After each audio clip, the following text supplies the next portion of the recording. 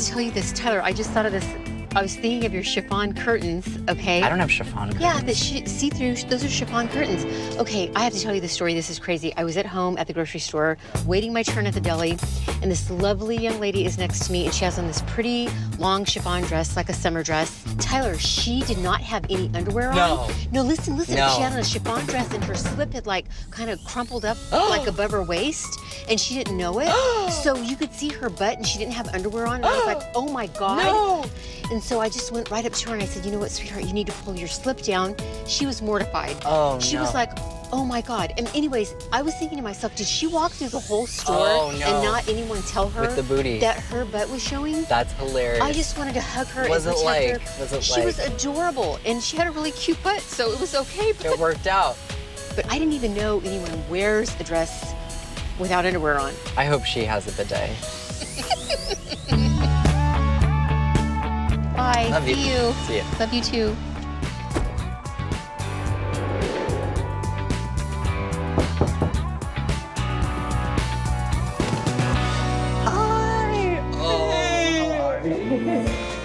I'm Marlee Matlin.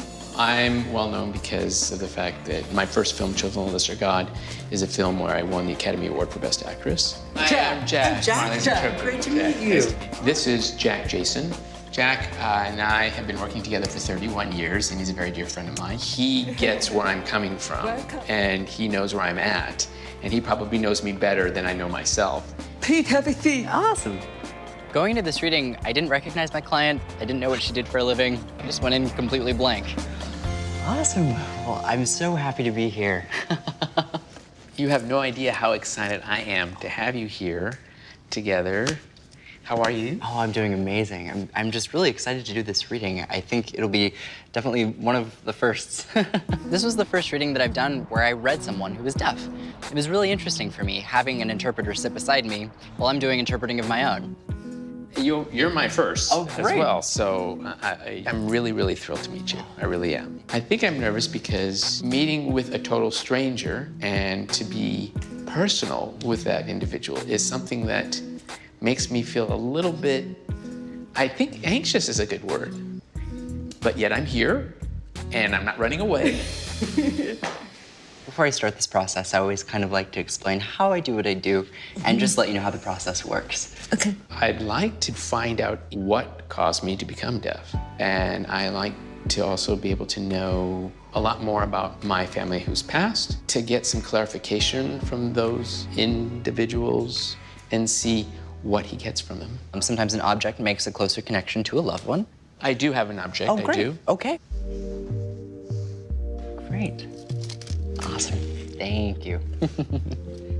So today, I have watching in the monitors is my friend Ken Pavis. Ken is the owner of a very well-known salon in the Beverly Hills area. He's worked with Oprah Winfrey, Ava Longoria, and Victoria Beckham. Ken also is married to a deaf man, so he signs every day at home. Ken can give a perspective that I might not get from sitting there, and I know it's gonna be very positive. Okay. Thank you. I have about 4 people coming through. I first want to start with a man that's coming through immediately, and he is giving me the feeling of, in part, he's why I'm supposed to be here today, for him to communicate and get the opportunity to come through. When he comes through, he's immediately excited to get to connect with you. I'm seeing symbology of dad, dad, dad, and giving me a complete feeling of comfortability, complete peace. He's fine, but he's insistent to come through. He's like one of the strongest energies that I have to connect with. And immediately he's having me talk about his passing. He's having me acknowledge an anniversary, and then he's having me reference to October.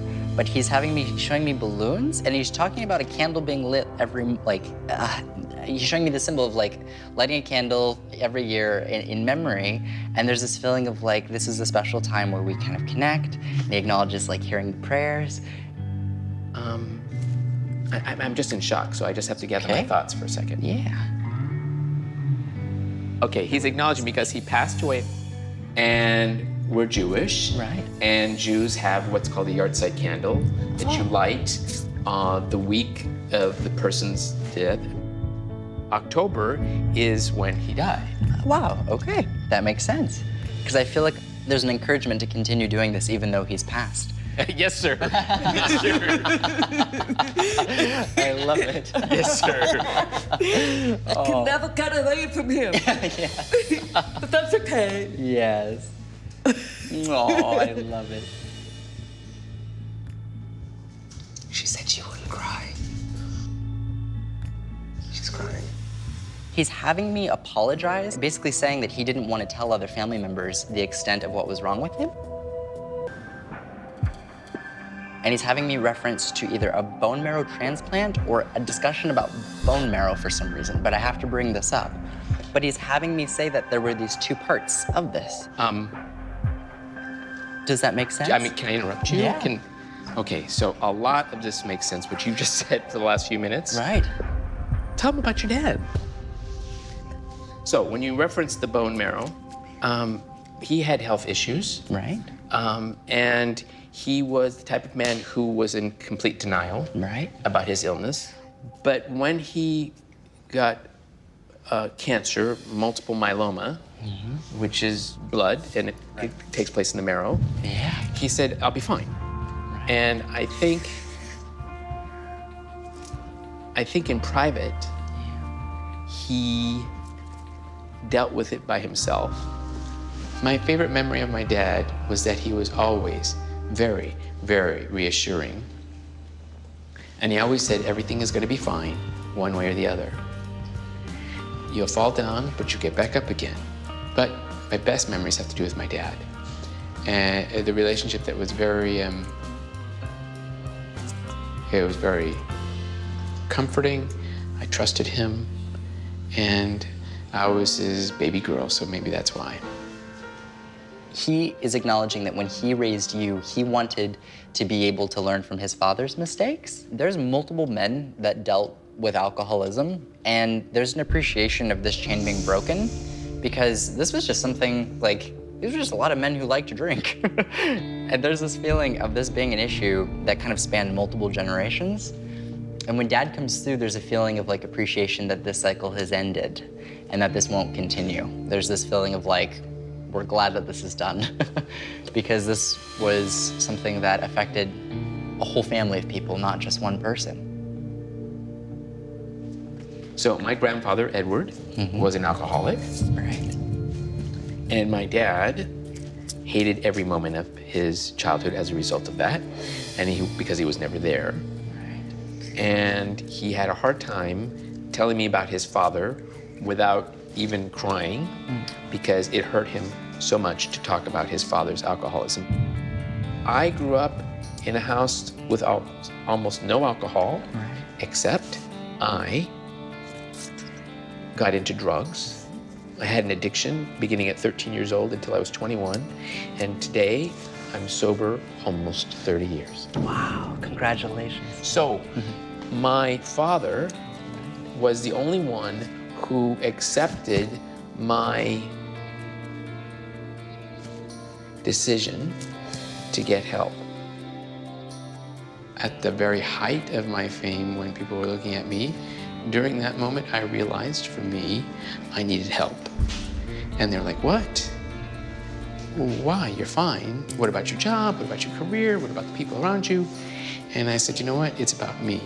So I put myself in rehab, all by myself, where no one wanted me to go. There was something called Family Week during my month stay there.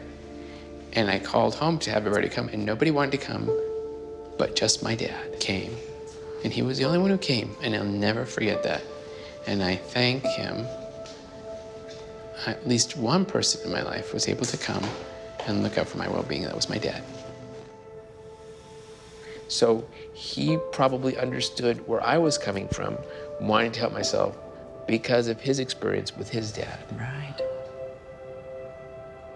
That is a lot to take in on my end. I'm like, Listen, I mean, I'm almost 51 years old, so I've lived a long life, so there's a lot of information that's going to be coming through if you want to talk about it. oh. There's also a reference to Don or Donald. Who would that be? Or do we? That's my dad. That's my dad. That is your dad's name. My God. It's so weird. I guess I'm at a loss for words. She can't even believe it. I'm gonna connect to more information because when he comes through, he has me acknowledge that he knows that ultimately, from his perspective, he didn't have to hold on, and it was okay for him to pass away. Because he acknowledged the last... It was okay for him to pass away? It was okay for him to pass away. So he said that at the end of his life, it was so freeing for him to know that he wouldn't have to continue living, and that it was okay for him to pass away peacefully. And he's giving an appreciation for this because it was important for him to be told and to know it's okay. That's exactly what I've been wondering since he passed. Yeah.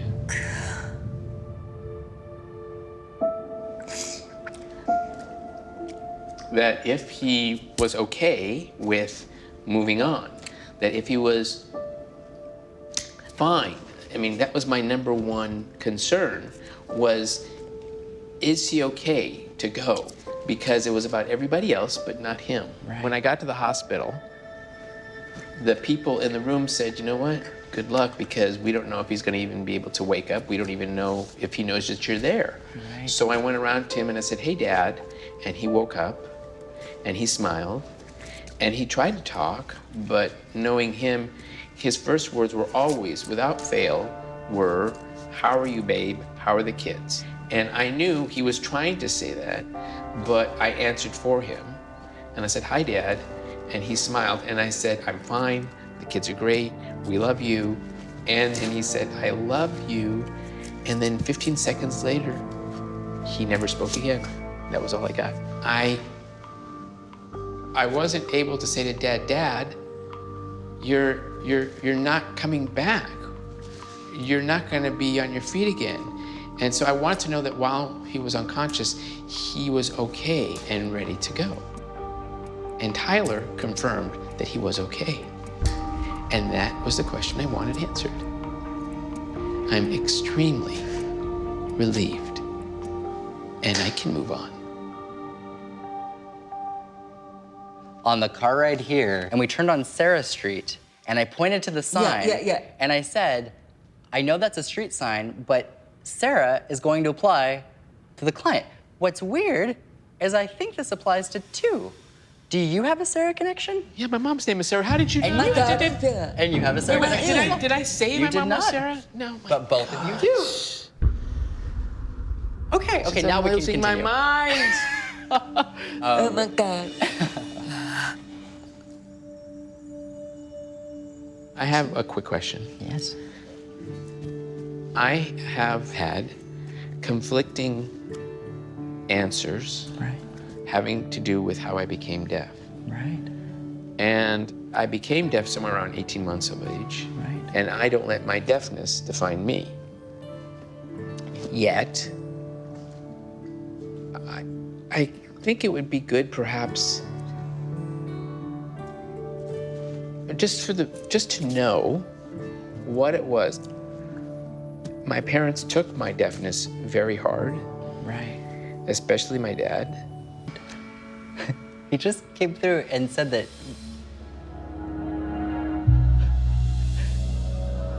he thought you were stubborn like him. That's exactly what she says. She says the same. I'm like, what is it? Does that make sense? Yeah, that's exactly what do you tell the story? Oh. When she tells the story, Yes. this woman said, Marlee is deaf. And her father said, no, she's just stubborn. That's exactly what she says. When I'm looking at your deafness, I'm actually looking at a little bit more of a gradual process. It's odd. But there is also, interestingly, there was a susceptibility when you were a child, but you had a susceptibility to an infection or some form of an illness. And this is something that affects the immune system. It almost looks like we just have like a condition that a child deals with. However, I see this ultimately somehow affecting one's ability to hear. And it's kind of strange in the way that it comes across. I don't know if physiologically, if there are any explanations, or if it is just a coincidence. But it kind of makes sense because One family member said that I had a fever, and that as a result of the plane flight from Chicago to California is when I became deaf, when we arrived in California. And then my grandmother had a neighbor or best friend actually, who was babysitting. And after they all came home from dinner, they said, she's deaf. He said, no, she's just stubborn. And then, of course, the rest. Right, that makes sense because it almost looks like this corresponds with like a fever or like, again, like a childhood illness. And I can accept that. Yeah, definitely. Definitely. You said that privately with us. She's not deaf, she's just stubborn. We never talk about that. So that when he said, we both went, wait, we don't say that, but he said it. And you, like, we just looked at each other like, what? It almost felt like he was there. Like he got inside Tyler. It was weird. Did you know who I am when you came here? No, no idea. They never tell me who. No, but you don't know who I am now? I love it. What I do? Or... No clue. Yeah. Oh, I love it. No idea. That's actually one of my favorite parts of this is because I oftentimes never know who, like, recognize the person. And so when I sit down with people, I kind of feel like I connect to them on a very human level. You know what? This has to have been one of the most wonderful, positive experiences I've ever had in my entire life, besides having a baby Getting married? and getting married. But so I thank you for your time. I thank you for opening your heart, opening your mind, your eyes and your ears, every inch of your skin to listen to whatever the universe was telling you to deliver to me. And your delivery is beautiful. You are authentic. You are... All I can say is thank you. Bottom line is that a lot of my questions in life were answered. To my utter satisfaction. I am satisfied. Wow. My mind has been blown away. Thank you. That was so surreal and so interesting. And it was really strange being a conduit of information, sitting next to a conduit of information. It was really fascinating. Yeah, but I'll be really curious to see what the readings in the coming days are. I don't think you can beat that as far as uniqueness. So that felt amazing. And she was so incredible and she needed that. So, wow. Ken, can you come here, please? Oh my God! Are you dying? Are you... I'm in shock, and that's the first time ever I've seen you speechless and also in shock. No, I talk a lot, but I couldn't. That was amazing. I mean, unbelievable. And I learned so much about you, and I saw you get so much peace, and I saw your body language change, and I saw you get so many things that you've been wanting. It was really beautiful to watch. I'm so happy you're here Amazing. today. Well, it was amazing. And I'm glad I did this.